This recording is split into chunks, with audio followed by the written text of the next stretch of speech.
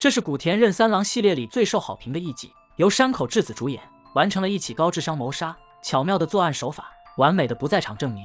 不看到最后一刻，你根本就猜不到最后古田是怎么破案的。好了，话不多说，影片开始。古田任三郎特别篇：花艺舞蹈杀人事件。今天给大家奉上。金泉报了一个花艺舞蹈培训班，这天他正在上课，古田没事干过来找他聊天。课后，花艺培训班的创始人智子找到金泉，表示下周有一个演出，想让金泉上去表演。得到老师的肯定后，金泉高兴坏了。随后画面一转，来到了演出这天，智子从包里拿出了一个针筒，然后用衣服包着藏到了舞台下面。他要趁这个机会杀死一个人，然而他要杀的是谁呢？演出马上就要开始，古田也来到了这里。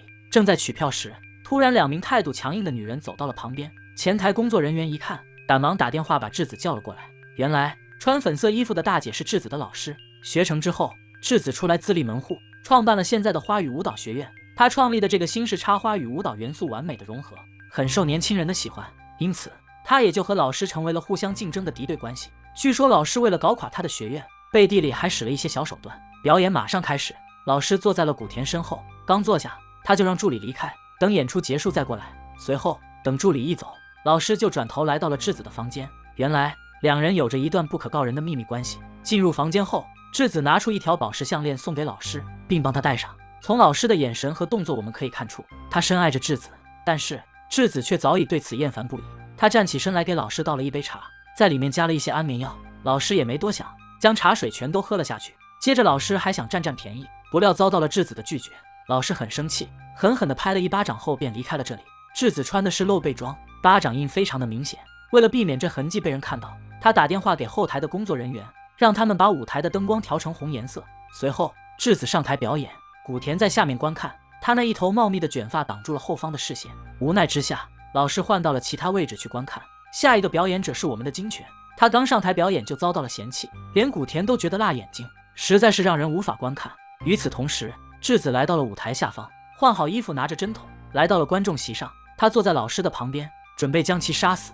然而他到底是怎么作案的呢？这是一起精心策划的高智商谋杀案。女人坐到老师旁边，拿出针筒，将老师的衣服袖子挽起，然后从肘窝处将药剂注射进去。做完这一切之后，女人将老师的袖子放下，想要解开项链，可搞了半天都没有解开。随后她打算用力扯断，可是根本就扯不动。然而就在这时，身后突然有新观众走了过来，没办法，智子只能暂时离开。此时金泉还在台上表演。本来这次的演出只有插花和舞蹈元素，但是金泉跳得太投入，他临时起意加了一段诗句：今夜花香风信子，明日有雪香雪兰。然而正是因为这句诗，古田最后才锁定了凶手就是智子。随后画面转过，智子换回衣服来到了演播室，他假装自己刚表演完就回到了这里，然后一直在此处观看学员的表演，哪都没有去。就这样，他给自己制造了不在场证明。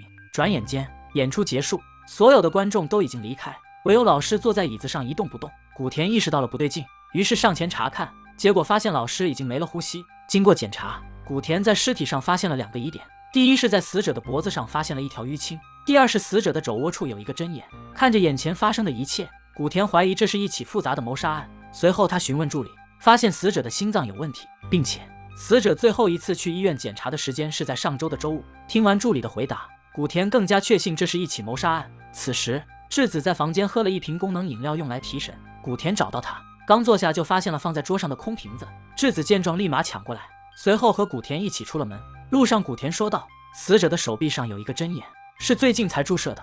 据助理所说，他们最后一次去医院是在上周。那么这个针眼是怎么回事呢？智子回应说，那个针眼很有可能是他自己注射的呀。古田轻笑一声表示，这根本不可能，因为死者的外套袖子是放下来的，然而里面那件衬衣的袖子却还在肘窝处。正常情况下，人们挽起袖子又放下，里面的那件肯定也会拉下来，否则的话会感到非常的不舒服。对此，智子又做出了这样的解释，会不会是因为当时场馆里太热，死者自己卷起了袖子，然而过了一段时间之后，外面这件的袖子却自己滑了下来，这样不就和案发当时的情况一样了吗？说完，古田表示不排除这种情况，但是有一个问题，那就是今晚的场馆温度根本就不热，反而还有点冷。正说着，突然工作人员送来了今天的演出录像，并且还说因为临时更换了灯光颜色，所以视频拍的不是很清晰。听完工作人员所说的这些，古田越发怀疑智子就是凶手。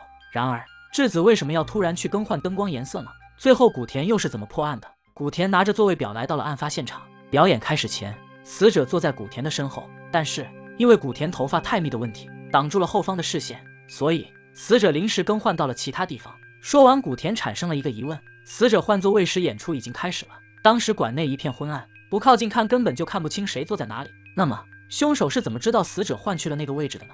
随后画面转过，古田拿到了尸检结果，再次找到质子。根据报告显示，死者的死因是注射了一种特殊药物引起的心脏麻痹，而且在死者的体内还检测出了安眠药的成分。所以说，这就是一起谋杀案。古田推测，凶手在作案前给死者服用了安眠药，然后在演出期间来到死者旁边，给死者注射了药物，这就是凶手的作案过程。然而现在有一个问题，那就是凶手是怎么知道死者的精确位置的呢？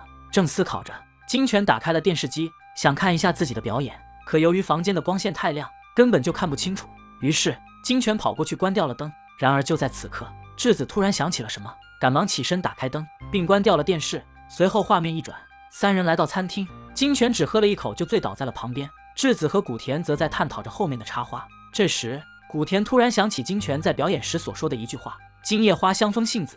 刚说完第一句，质子就发出疑问：你这是说的什么玩意啊？随后古田又说了后半句：明日有雪香雪兰。质子还是不知道这是什么意思，一直在问古田说的是啥。问起不在场证明时，还记得质子曾这样说过，他表演完就去了演播室，然后一直在演播室里观看学员的表演。如果他真的看了金泉的演出，那么他一定会记得这句话。然而他却对此毫不知情，这就说明他当时并没有在看金泉的表演。那么他在干什么呢？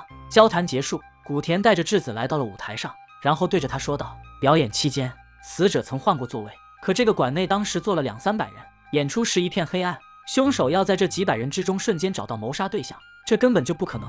那么凶手到底是怎么锁定死者的呢？对此古田也还没有找到原因。随后古田来到外面，抓起醉酒的金泉想要叫醒他，可扯了半天都没有动静。然而就在这时，古田看着金泉脖子上的勒痕，瞬间想到了什么，于是赶忙来到警局翻看死者的随身物品。看到这个东西后，他明白了所有的一切，原来凶手就是用这样的方法来锁定目标的。提示就是死者脖子上的勒痕。说完，画面一转，古田再次找到质子，刚一见面就直接摊牌。中午的时候，金泉在观看录像带时曾关过一次灯，然而你却非常害怕关灯，这是因为什么呢？古田拿出一条项链表示，因为在这个房间里有一样东西，你不希望有人看到，那就是从死者脖子上取下来的这条项链。当时古田带着死者的随身物品来找质子调查，项链就放在旁边的桌子上。说完，古田关掉了灯。原来这条项链上的宝石在黑暗中可以发出绿光。古田表示，正是因为这样，质子才知道死者的精确位置。